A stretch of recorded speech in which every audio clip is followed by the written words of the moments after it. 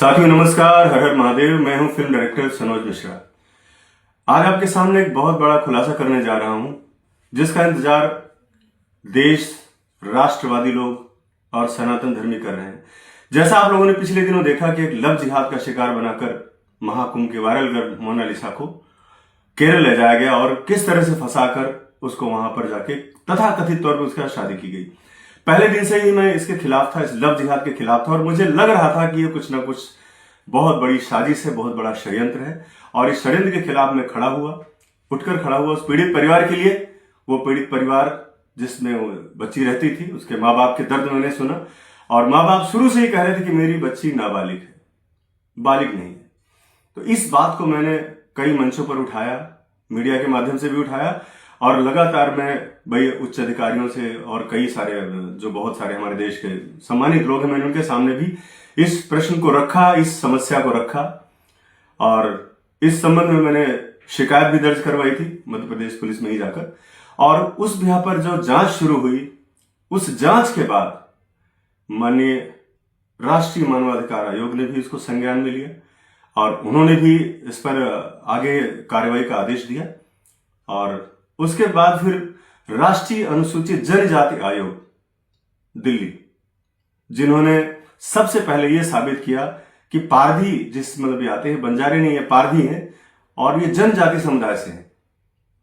और इसके अध्यक्ष श्री अंतर सिंह आर्य के नेतृत्व में पूर्व न्यायाधीश श्री प्रकाश उइके के मार्गदर्शन में जांच शुरू हुई और इस जांच में साबित हो गया है कि मोनालिसा नाबालिग है। इसके सारे डॉक्यूमेंट, सारे पेपर्स मैं आपको भी उपलब्ध करा रहा हूं।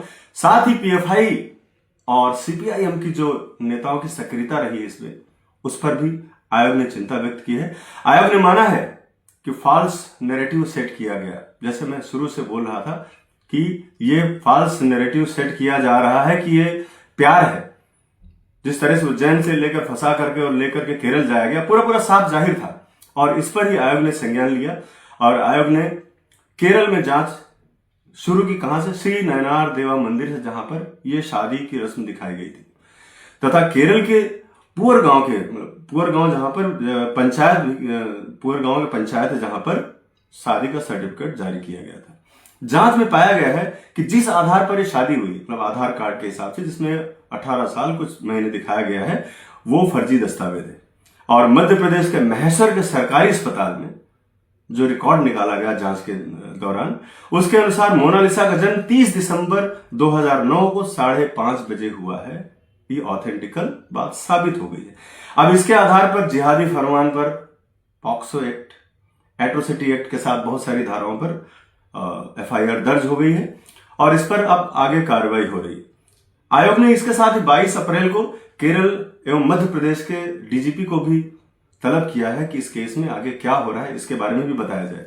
तो देशवासियों को मैं ये बताना चाह रहा था कि मैं इतने दिनों से जो बोल रहा था कि एक लव जिहाद है और एक ट्रैप है जिसमें फंसाया गया है, क्योंकि उस जिहादी के पास इतने पैसे कहां से आए, किस तरह से झूठ बोल करके बार बार हवाई जहाज में लेके जाता रहा, और किस तरह से वहां की सरकार, वहां के लोगों ने मिल करके एक बहुत बड़े षड्यंत्र और सनातन धर्म को बदनाम करने के लिए, महाकुंभ के आयोजन को बदनाम करने के लिए और साथ ही साथ धर्मांतरण और लव जिहाद को बढ़ावा देने के लिए मोनालिसा भोली वाली लड़की को फंसाकर लेकर जाया गया। ये मैं शुरू से कह रहा था। अब जब ये बात में मेरा देश पूरा मेरे साथ आकर खड़ा होगा, राष्ट्रवादी मुस्लिम भी मेरे साथ खड़े हुए, उन्होंने भी, बहुत सारे लोगों ने आपत्ति जताई कि नहीं भाई, किसी के धर्म को चोट नहीं पहुंचाना चाहिए, जबकि ये साक्षात साफ चोट पहुंचाने वाली बात थी। और इसको जब देखा इस जिहादी ने कि ये मैं लगातार, चूंकि मंच पर आवाज मैं ही उठा रहा हूं और उस गरीब परिवार का जो उसको लेकर मैं ही इंसाफ के लिए लड़ाई लड़ रहा हूं, तो उसने मोनालिसा को समझा बुझाकर मेरे खिलाफ जिस तरह से मीडिया में अनर्गल बातें कहलाई कि मुझे टॉर्चर करते थे, मुझे टच करते थे, मुझे हरासमेंट करते थे और मुझे कई बार गलत तरीकों से छुआ, और इसके साथ बहुत सारी चीजें जो मेरे बारे में और अपने पिता के बारे में भी उनसे गलत बुलवाया गया, उनको मां के शराबी कहा गया, पिता को अय्याश कहा गया। इस सब पूरे देश ने देखा और श्री कृष्ण पर भी उसने बयान दिलवाया ताकि अपने आप को कृष्ण साबित कर सके। लेकिन पूरे देश ने देखा, पूरा देश मेरे साथ खड़ा रहा, क्योंकि देश ने देखा कि मैंने कितना कुछ सहा है। इस फिल्म को बनाने को लेकर, द डायरी ऑफ मणिपुर को बनाने को लेकर कितना कुछ मैंने सहा है। इसके पहले भी इसी संगठन के आदमी वसीम रिजवी जिसका नाम है, उसके जरिए मुझे जेल भिजवाया गया था कुछ 1 साल पहले की बात है, ताकि फिल्म रुक जाए, लेकिन फिर भी नहीं रुकी। और जब फिल्म रिलीज होने के कगार पर आई तब इस तरह का कांड करके, जिस तरह उसको फंसाकर यहां से ले जाया गया, वो भोली भाली लड़की है, मैं आज भी यही बोल रहा हूं, उसे कुछ नहीं पता है, उसे दिमाग है नहीं उसके पास। और जिस तरह उसको ब्रेन वॉश किया गया, जिस तरह उसको समझाया गया, उसके परिवार को जिस तरह धोखे में रखा गया, पूरे देश ने देखा। और आज आपको ये बताते हुए मुझे अच्छा भी लग रहा है, क्योंकि जिस तरह से मुझे फंसाने के लिए कांड किया गया था कि मोनालिसा को आगे करके मुझे भी फंसा दिया जाएगा, और फंसाने की अभी भी राजनीति चल रही है, उन लोगों का जो एजेंडा है वो चल रहा है। लेकिन मैंने हमेशा यही सोचा, और आपके सामने हमेशा यही, मैं जो अपने शब्द से कभी नहीं पलटूंगा, मैंने कहा अगर जिस लड़ाई को मैंने हाथ लगाया है उस लड़ाई को मैं अंजाम तक पहुंचाऊंगा। नतीजा कुछ भी हो जाए, मुझे कुछ भी हो जाए, मुझे उसका फर्क नहीं पड़ता है, और मैं इस लड़ाई को लड़ूंगा, चाहे मुझे झूठे केस में जेल ही क्यों ना जाना पड़े। जैसा कि लोगों ने तैयारी कर रखी है अंदर अंदर मुझे जेल भेजने की, अभी भी कर रहे हैं लोग, कि उसी से बयान दिलवाकर और मेरे खिलाफ कोई FIR वगैरह दर्ज कराकर मुझे जेल भिजवा दिया जाए। तो ये उन लोगों की अपनी साजिश है, चल रही है उनकी। लेकिन पूरा देश, समाज, न्याय व्यवस्था हमारी, हमारा संविधान, हमारे देश के लीडर सब तो देख रहे हैं कि आखिर क्या हो रहा है इस देश में, क्या हो रहा है। क्या लव जिहाद पर फिल्म बनाना गुनाह है? क्या धर्मांतरण पर फिल्म बनाना गुनाह है मेरा? और अगर इस तरह का गुनाह है तो मैं सनातन के लिए और अपने विचारों को लोगों तक पहुंचाने के लिए हमेशा करूंगा। मैं अन्याय के खिलाफ लड़ता रहूंगा, जैसे मैंने पिछली बार the diary of West Bengal बनाई, जिसमें बेबाक तरीके से मैंने वहां की व्यवस्था को दिखाया था कि किस तरह से घुसपैठिए आते हैं और किस तरह से वहां की सरकार, ममता बनर्जी की सरकार जो है, वो कैसे वहां पर लोगों को नागरिकता देती है, कैसे उनको वोटर ID देती है, किस तरह से उनको अपना वोट बैंक बनाया जाता है, पूरा खुलकर दिखाया। और मैं बंगाल सरकार के निशाने पर भी रहा, वहां पर भी मेरी जान पर बनी थी, जैसे अभी बनाई थी। और अपमान के दौरान इस बीच इतना कई बार हुआ कि इतना ज्यादा ट्रोलिंग हुई मेरी मोनालिसा के बयान को लेकर के, कई बार मेरे दिमाग में आया कि इस अपमान भरी जिंदगी से तो मुझे मर जाना चाहिए। लेकिन महादेव ने मुझे शक्ति दी, आप सबकी ताकत रही, आप सबके कमेंट्स में पढ़ता था तो मुझे ताकत मिलती थी, और मैंने आत्महत्या जैसा ख्याल दिल से निकाल दिया। मुझे हर उस स्टेज पर ले जाकर मुझे पीड़ित और प्रताड़ित करने की कोशिश की गई, सामाजिक स्तर पर भी, आर्थिक स्तर पर मैं टूट चुका हूं, ये मैं आपको पहले भी बता चुका हूं, क्योंकि बहुत कई करोड़ रुपए मैंने इसमें फिल्म में खर्च कर दी और फिल्म भी आखिरकार डंप हो गई। क्या दोष था मेरा? यही था कि मैं एक आम लड़की को खास बनाना चाह रहा था, एक मिसाल बनाना चाह रहा था। मैं गलत साबित हो गया, लेकिन फिर भी फिल्म अलग रह गई, मैटर अलग हो गया। मुझे लड़ाई लड़नी थी और इसमें हम विजयी हो रहे हैं। आज आपको बताते हुए मुझे खुशी भी हो रही है कि लड़की मोनालिसा अंडर एज है, ये नाबालिग है, और नाबालिग होने की वजह से अब इस पर कानूनी कार्रवाई बहुत तेजी से हो रही है, और लगातार ये 2-4 दिन के अंदर आपको सारी चीजें सामने क्लियर हो जाएंगी, बातें सब क्लियर हो जाएंगी। राष्ट्र में जितने भी लोग, हमारे राष्ट्रवादी लोग जो थे, सब ने मुझे बहुत साथ दिया मेरा, और जितनी भी मेरे ऊपर लांछन या आरोप लगाए गए थे, सबसे मुझे लोगों ने ताकत दी, हौसला दिया, और ये साबित कर दिया कि सच की जीत होती है। और इतनी जल्दी जीत हो जाएगी मुझे नहीं पता था। मैं तो रात दिन सिर्फ भाग रहा था, रात दिन सिर्फ न्याय के लिए लड़ रहा था।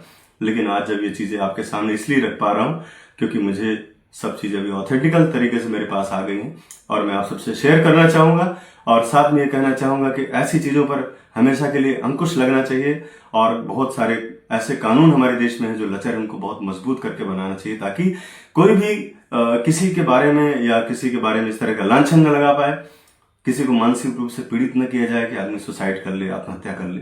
मैंने तो सिर्फ गरीब परिवार की आवाज उठाई थी, और उस बच्ची की आवाज, मेरी जो आवाज दबा देने की कोशिश की गई, क्योंकि वो गरीब की आवाज थी, लोगों की आवाज थी, जनता की आवाज थी। मैंने फिल्म को दरकिनार कर दिया कि फिल्म मुद्दा नहीं है। कई सारे लोगों ने कहा कि ये फिल्म की पब्लिसिटी के लिए ऐसा किया जा रहा है। आज तक उनको मैं जवाब देना चाहता हूं कि मैं कोई फिल्म रिलीज नहीं करने जा रहा हूं। ये मैंने आपको पहले भी बोल दिया, तो इस तरह की बातें मत करो। बहुत सारे लोग मुझे ये बोलते रहे कि आखिर इनको क्या इंटरेस्ट है, इतना क्यों पगलाए हुए। बहुत सारे लोगों ने ऐसा भी कहा, नेगेटिव जो लोग, वामपंथी लोग, उन्होंने कहा कि इसको क्या तकलीफ होगी, शायद इसको नहीं मिली होगी। तो ऐसे लोगों में एक कहना चाहूंगा कि ये वही लोग हैं जो अपनी माँ बहन को भी गंदी नजर से देखते होंगे। ऐसे ही लोग इस तरह के कमेंट्स कर सकते हैं। आप एक उस आदमी से पूछिए कि फिल्म बनाना एक सपना होता है, कोई प्रॉपर्टी खरीदना नहीं है, बंगला खरीदना, जमीन खरीदना नहीं होता है, ये सपना होता है। और सपने पर पैसा लगवाना, सपने को उस पर फंडिंग कराना और उस पर फिल्म बनाना कितना मुश्किल काम होगा। ये छोटा काम नहीं है, इसके पीछे मेरे 35 साल लगे हुए हैं, तब लोग थोड़ा बहुत मेरे पे विश्वास करते हैं। ये बहुत बड़ा एक टास्क होता है फिल्म बनाना। कोई ऐसा नहीं कि हंसी खेल नहीं कि बन गया बस, लोग कह दिया तो बन गया सब। कोई बना के दिखाए मुझे। ये प्रॉपर फिल्म होती है, करोड़ों रुपए, लोगों की साख, इज्जत, मेहनत, दिमाग, मानसिक परेशान, सब कुछ लगा होता है, तब एक फिल्म तैयार होती है। और उसको इस तरह से डिनाई कर देना है, उसके बारे में कोई कमेंट पास कर देना गलत बात है। कि इनका इंटरेस्ट रहा हो गया। बहुत सारे लोगों ने तो बहुत गंदे कमेंट ये भी किए कि इसको नहीं मिली होगी। क्या नहीं मिली होगी यार? मतलब क्या आप भी अपने माँ बहन को इसी नजर से देखते हो क्या? मैं तो बेटी थी हमेशा मेरे लिए। तो इतना गंदा तो मत सोचो। ठीक है, वो भटक गई रास्ता, आज नहीं तो कल हो सकता है आएगी। और जो सच्चाई की लड़ाई में आप लोगों ने मेरा साथ दिया है, वो लड़ाई अंजाम तक पहुंचने जा रही है।